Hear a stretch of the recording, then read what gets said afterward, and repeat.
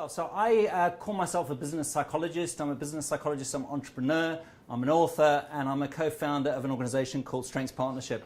Strengths Partnership is a world leader in strengths-based assessment, development, and consulting. And what I hope to bring to you today is just some, I suppose, some tips and tricks, techniques in terms of how to lead a good life, how to be more happy, how to be more successful through focusing on your strengths, through playing your strengths. And I'm going to try and highlight certain sort of key points with some personal stories of mine. So we talk about the 5P approach in terms of, and this has no reference, by the way, to the earlier presentation that you heard, which I thought was fabulous. Thank you very much. But the 5P approach to development and to achieving success. And the first step is around establishing a clear purpose. And that may sound obvious, but a lot of people, they don't ever sit down and think, what is my purpose? What's going to provide me with really clear meaning and clear goals in my life? Unfortunately, they try and do what other people want them to do and other people expect them to do. The amount of times that I speak to people who are late stage career and they say, James, I really don't want to be doing this job. I want to be doing something else. I want to be an entrepreneur. Yeah?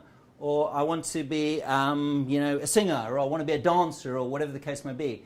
But they're sitting in maybe a big corporation doing something they simply don't want to be doing. Why? Because they've been caught in a trap earlier on in their life.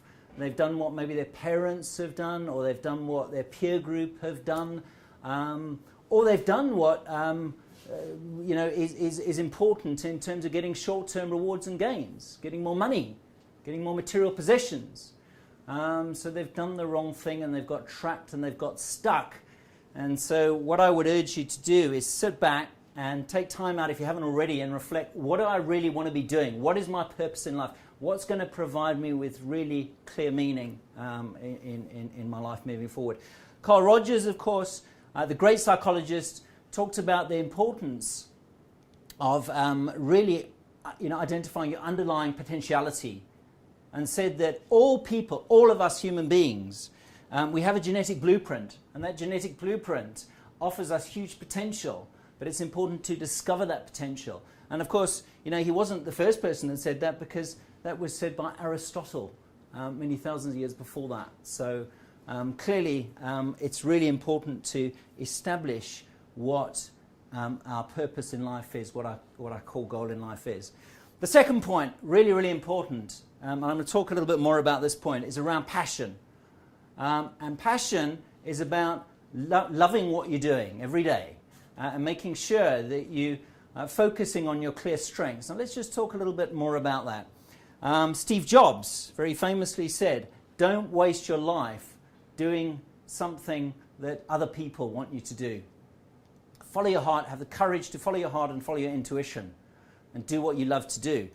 What does that mean, though? A lot of people think, well, that's all well and good, but what does it mean? Well, our view is very strong that it means actually identifying your clear strengths in life. How do you identify your clear strengths in life? Well, what are you energized by doing? It's not just about what you're good at doing. So, for example, just to give you a quick example from my own personal life, I'm really good at detail. And I can do it really well for about 45 minutes. And then after that, my performance drops quite significantly. Because why? I'm just not energized by it. But when I was young, my father, urged me to focus on detail. He was a civil engineer, so you can understand why he encouraged me to focus on detail.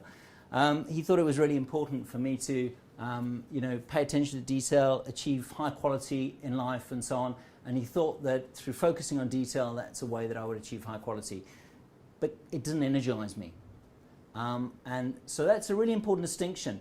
Strengths are not just what you're good at. They're what energizes you. Yeah? What really wakes you up. When you wake up in the morning, you think, I want to build a relationship. So I want to engage in strategic conversations.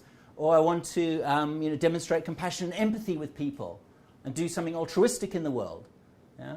So it's important to discover what you really love to do and do more of what you really love to do, because that's the only way ultimately that you're going to achieve your purpose.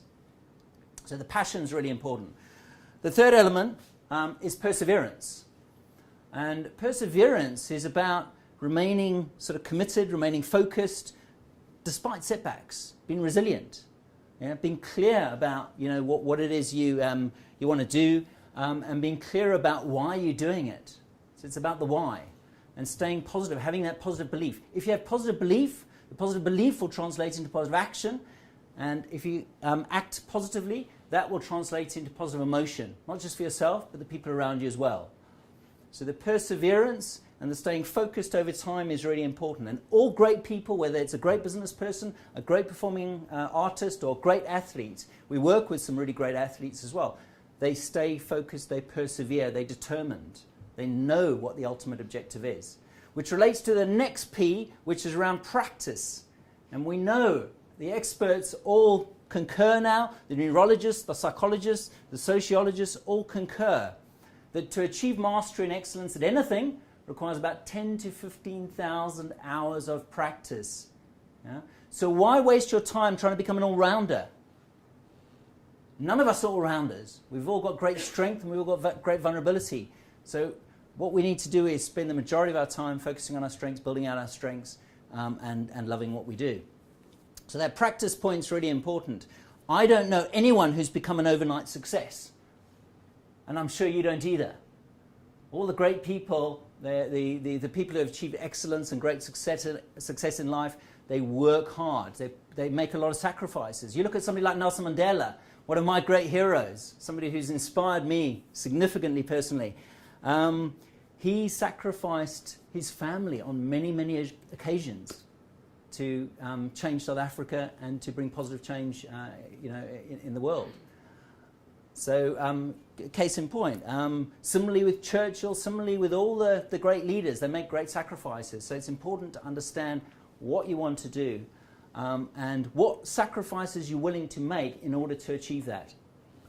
And the final P is around positive conditions.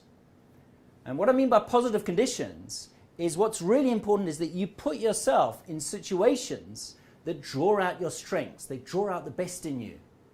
If you're feeling that there's a disconnect, a discord in terms of the situation you find yourself in and the strengths, and that situation, that organizational context, the boss that you're working for doesn't allow you to play your strengths, find another context, find another environment, choose to move on.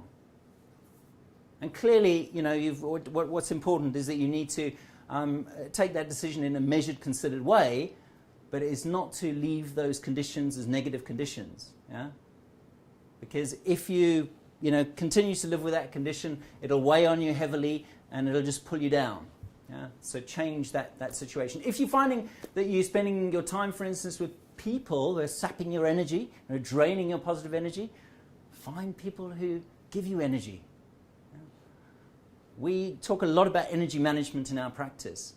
And life is largely about energy management. So it's finding people, finding context, finding situations that give you positive energy and going with that positive energy. So I'd like to just leave you, just remind you of those 5 P's that I've talked about. Identify and live out life in accordance with a clear purpose that provides you with meaning. Yeah? Ensure that you're passionate about what you're doing and identify your strengths. Most of us, by the way, take our strengths for granted. We often do an exercise. We get people on the right-hand side of the sheet of paper to write down their weaknesses, and the left-hand side of the sheet of paper to write down their strengths. Guess what happens? People know their weaknesses with a great degree of specificity, but people really don't know their strengths. They take their strengths for granted. And that's where something like Stengthscope, which we've developed, can really help people to ensure that you've got clarity on your strengths and you're more conscious in the way that you're using your strengths.